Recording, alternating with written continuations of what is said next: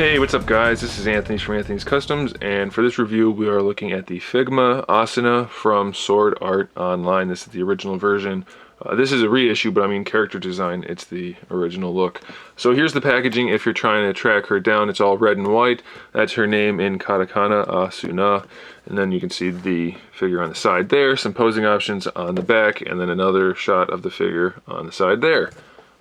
Really cool figure. If you are a Sword Art fan, it's a must-have. They did a really good job on it, even though it's kind of an older figure.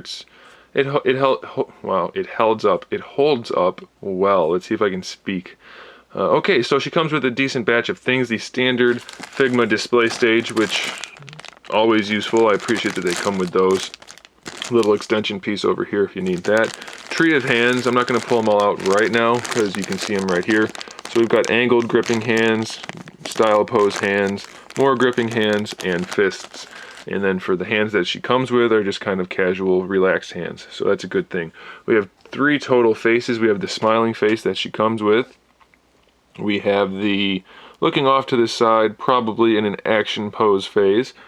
And then we also have the frustrated or embarrassed or angry face, which has those little cheek marks on there.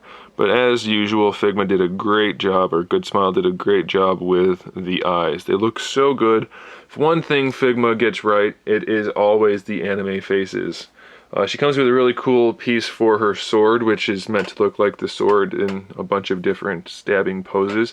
The cool thing about this is you can take this off and make the sword either just be glowing by itself. It's a nice translucent green, or you can just adjust where you have the effect part. So that's a good thing. Unfortunately, it does only work with the one sword, but that's okay. She has 2 different swords. Both are detailed really nicely, and they have their own scabbards with little white buttons on them so that you can connect it to her belt. And here's the other one, which also looks really good. Nicely done. And all you do to connect them to the belt is, well, it's not really a belt, is you just push them through right there, and they will hang in place. So it's pretty cool. That's it for accessories, though. She doesn't have a huge amount, but I think it's enough. She stands roughly 5¼ inches tall, which makes her about 13½ centimeters. So she'll fit in just fine with the other Sword Art figures. As far as the figure goes, it's pretty much spot on from the show. I'm really pleased with it. The hair in the front is nice and soft, so it won't get in the way. The hair on the side, same thing. And the hair on the back, it's not soft, but it is hinged, so you can make it look like it's blowing in the wind or something. So that's pretty good. The head is articulated on that kind of joint, so it pegs into the neck, and then it pegs in horizontally to the back of the hair, so you can lean the head from side to side really easily. It'll look up and down, and you can play with it to get it to look pretty much however you want to. I'm going to leave it off for now just so that the hair is not in the way. We have this piece here, which is really soft plastic. Be careful with that. It could flex too much and get messed up, or you could stretch it or tear it or anything, so just be cautious. The shoulders are connected with a ball peg into the torso, and then it's just a ball hinge with a peg going down for the bicep swivel.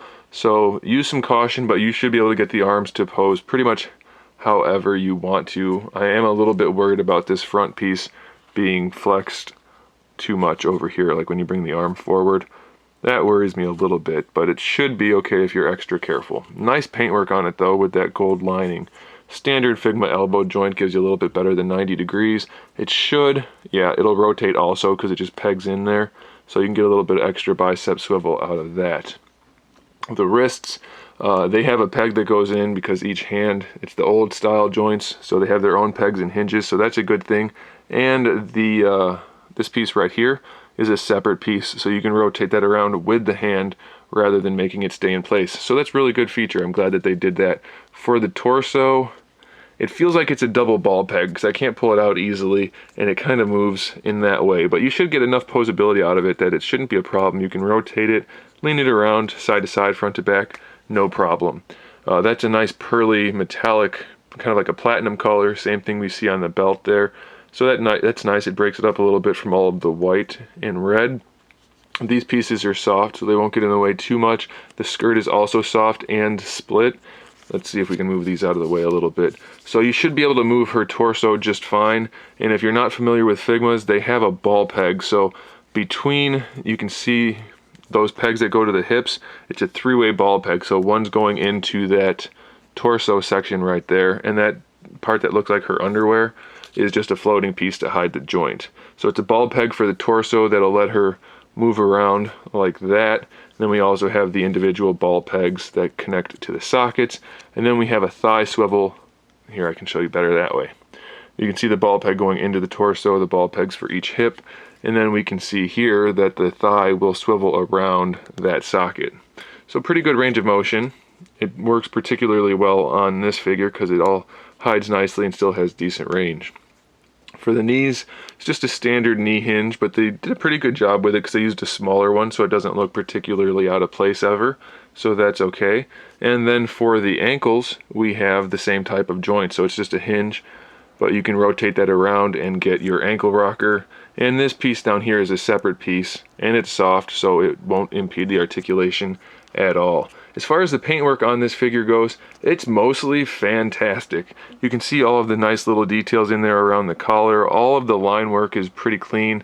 Occasionally you'll get a spot that's not great, like this cross here you can see is a little bit smaller than this one. But for the most part, it's really fantastically well done. I really like this figure. And one thing I didn't kind of mention, but I did it, is these pieces are also on a hinge, so you can move those around and get her in some better poses. So really, really well done figure. Definitely a must-have to go with Kirito if you got him.